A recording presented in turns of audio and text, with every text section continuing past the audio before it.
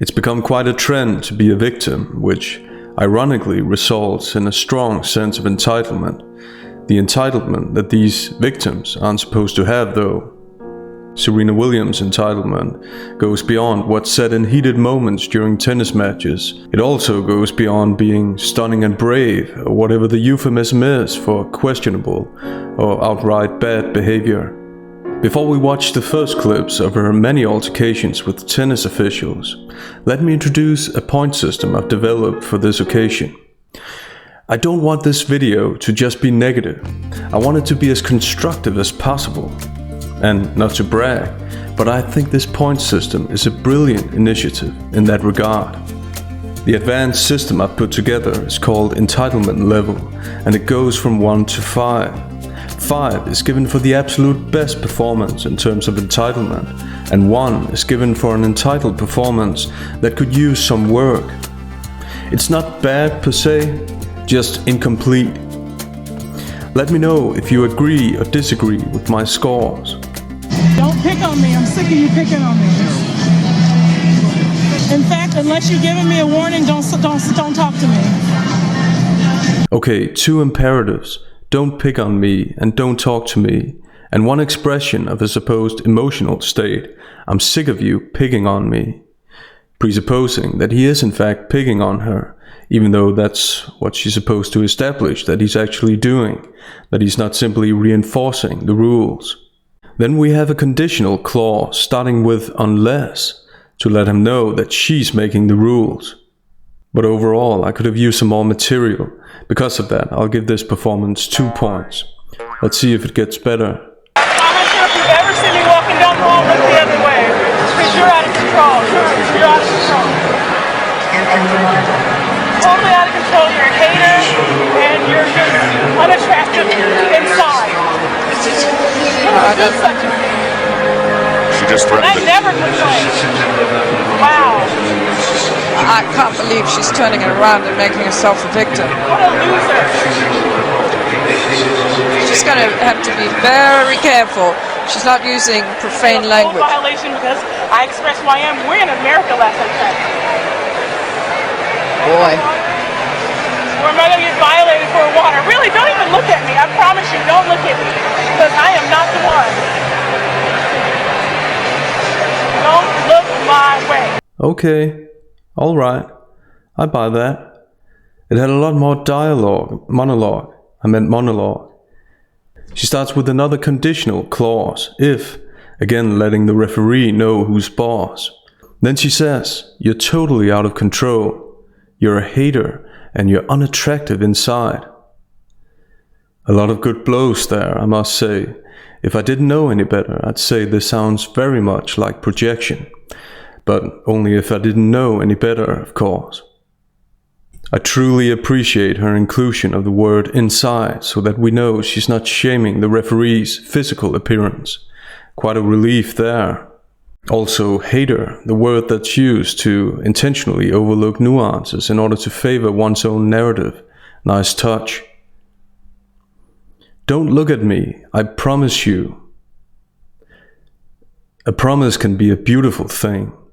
But in this context, I'm not so sure I want to know what the promise is, because it kind of sounds like something else. She also gets loser thrown in there, which she says completely unemotionally. In fact, this entire passage is delivered without much emotion, almost as if she's used to saying these things to, I don't know, hurt people. I'll give her 4 points. I know. But the criteria for 5 points are very high. I don't know how high, because I haven't figured that out yet. Next clip. It's wrong. You attacking my character. Something is indeed wrong, but probably not for the reason Serena thinks. I'll give 1 point for that part of the performance. Secondly, the giant mood swings, which should make us question the reliability of every emotion she expresses at any given moment.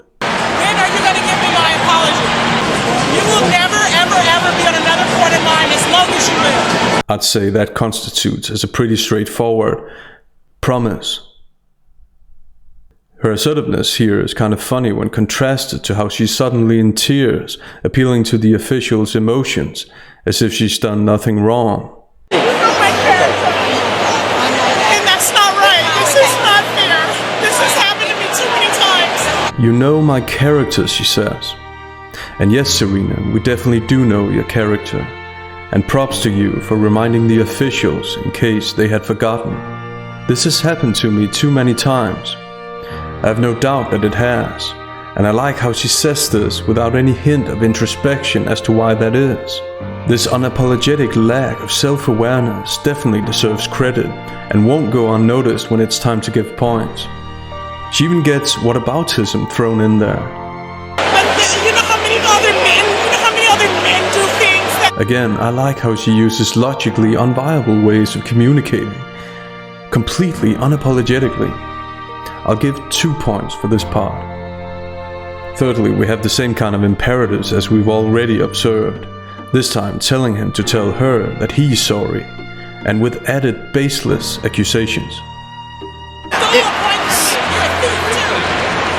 I'll give 2 points for that part also. So when we add it up, we end up with the highest possible score, 5. Maybe you think I'm being too generous, but that's because I am generous. I'm also very humble. Okay, I think these clips are getting redundant at this point. And let's face it, Serena could have changed her personality structure in the past few years. So let's turn to something a bit more recent, like, I don't know, her interview with another self-evidently important and authentic voice in society. A dear friend of hers, actually. Meghan Markle, the wife of whatever's left of Prince Harry.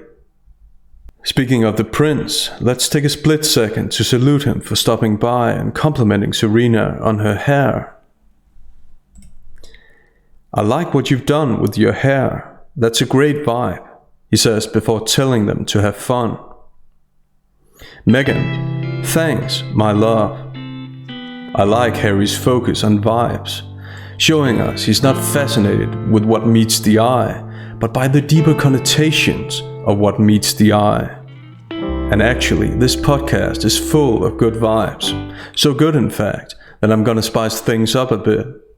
This time, I'm giving points for every time Serena praises Meghan, and points for every time Serena praises herself. Self-praise is hard, so Serena deserves credit for being able to do it. We have a lot in common, as Serena ensures Meghan. When Meghan asks why Serena wanted to do the podcast, Serena responds, I was gonna say, because I love you and I believe in you. We've been friends for so long. I'm super loyal to a fault, you know that. This is actually a 2-in-1, praise and self-praise. However, I'm a little confused about the I was gonna say part. Is Serena actually saying it, or is it a hypothetical? I'll give 3 points nonetheless, because it did have the 2-in-1.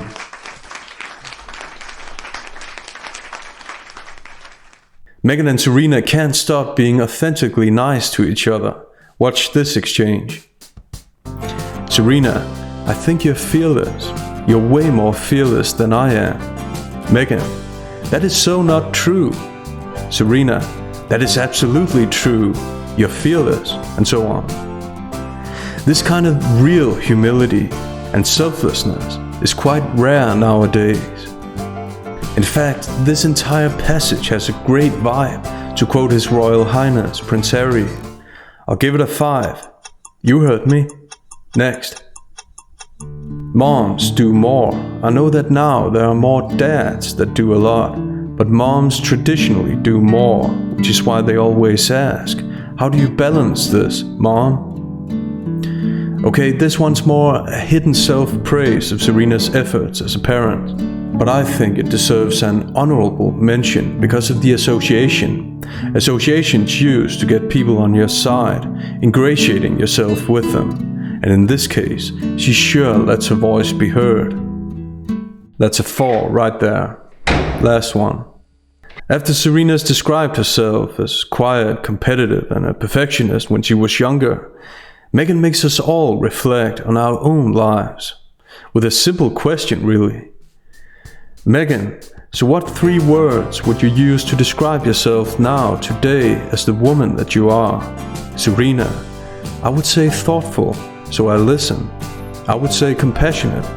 I try to be very compassionate, and I would say very funny if I do say so myself.